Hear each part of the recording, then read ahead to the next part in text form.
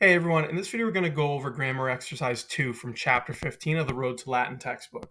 Now this grammar exercise is a little bit different because you're not translating anything, you're working on your case endings. So this chapter is all about the sort of beginnings of noun-adjective agreement and the idea of how you can take an adjective in Latin, match it to a noun, and you match it in case, number, and gender. So that's all we're really practicing here. It's 10 questions, just trying to see if you can match them up.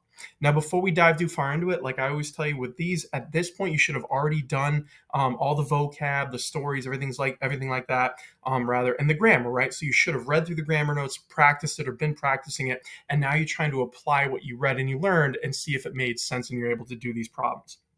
So if you haven't done that already, I'd highly recommend you pause the video and go read through the grammar and try this on your own, right? Don't let my explanation be the first time you're doing it. Try it on your own and then see if what you came up with matches mine. If it did and it makes sense, you know that you're probably ready to move on. This is all kind of working for you, okay? If not, it should highlight areas that you need to go back and focus on so that you can move out of this chapter.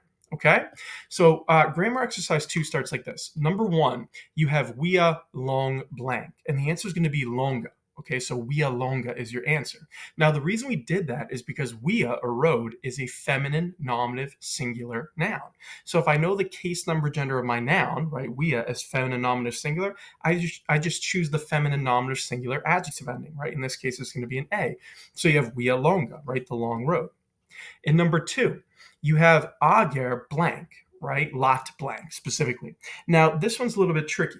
You have to look up the word ager, and when you do that, you realize that it's a second declension noun, and it's masculine nominative singular, right? So ager, the ER ending, is an alternative we see for US in second declension, meaning that some nouns use ER or some version of that instead of the traditional US, and that's totally fine.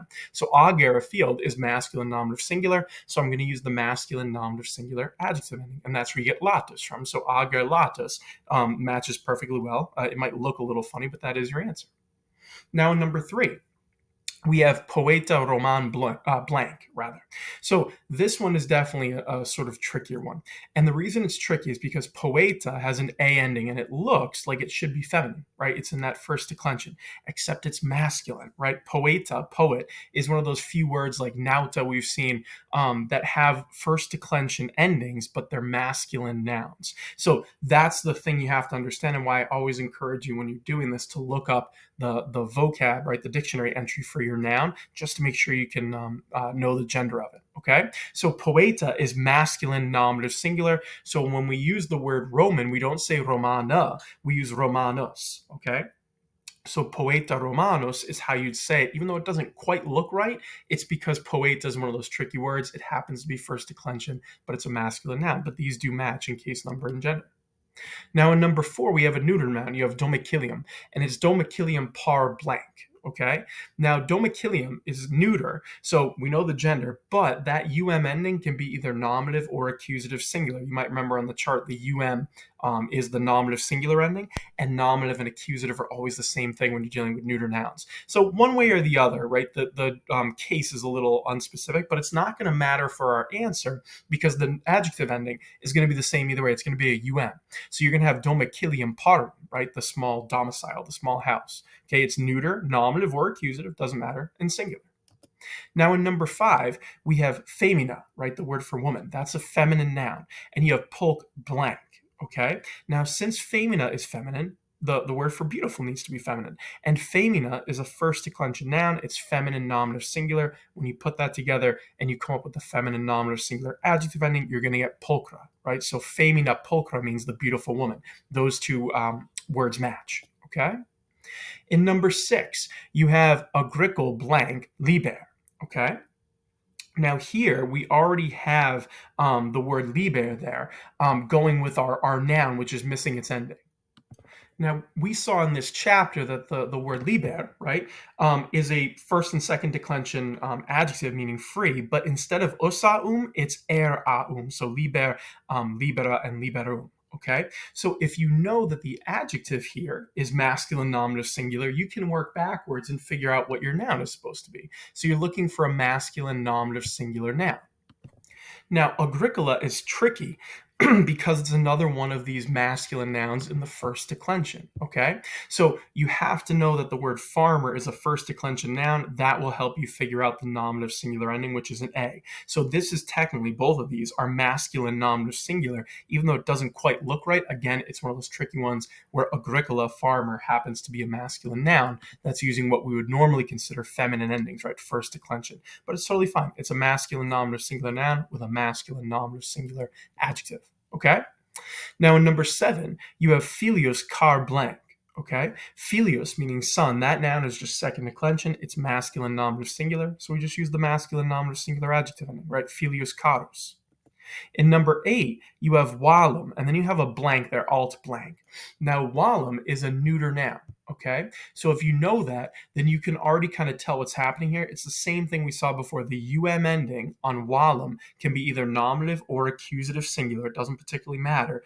The ending is going to be the same either way. It's going to be a So you have wallum altum, right, for the high rampart or the high wall, okay? But the is going to match. They're both neuter, nominative, or accusative singular. In number 9, right, our noun is missing an ending, so we have ser blank, and we have miser, right? So we have the sort of miserable something, miserable slave is what we're going for. Now again, miser is one of those adjectives that has, instead of osaum, it's eraum, which is fine. So it's miser, misera, miserum. So if you know miser is masculine nominative singular rather, they have to match. So if my adjective happens to be masculine nominative singular, you know that the noun has to be masculine nominative singular, right? So the word slave is a second declension noun. So the masculine nominative singular ending is us. So it's a servus miser. Okay. Now in number 10, this might be the trickiest one for you because there are 2 words here without the ending. So you have naut blank and erat blank. So how do you know what's going on here? Well, the book gives you a little bit of a prompt telling you to use nominative singular.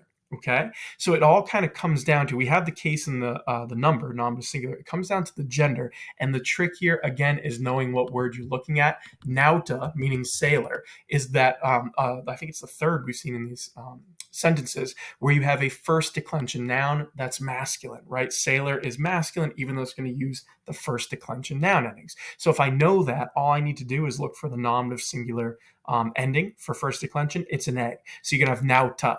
Okay, but on the adjective side, I need to use the masculine nominative singular adjective ending. It's going to be a us. So you have nauta eratus, right? The angry sailor.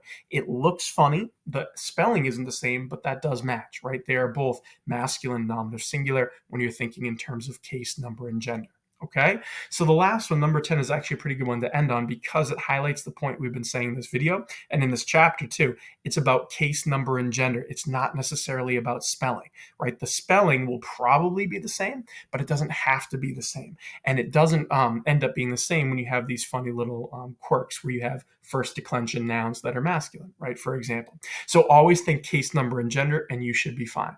If you have any questions at all on any of this, put it in the comments below. I'm happy to help you out. But otherwise, use Grammar Exercise 2 as a way to practice your grammar in Chapter 15 and use it as a launching point to make sure that you feel really comfortable with the grammar and that you're in a good place. If you are, I would recommend moving on to the other exercises or maybe the Magistrula problems or exercises at the bottom of the chapter. But one way or another, keep working until you feel really, really comfortable with this, and then you'll know that you're ready to move on. Good luck.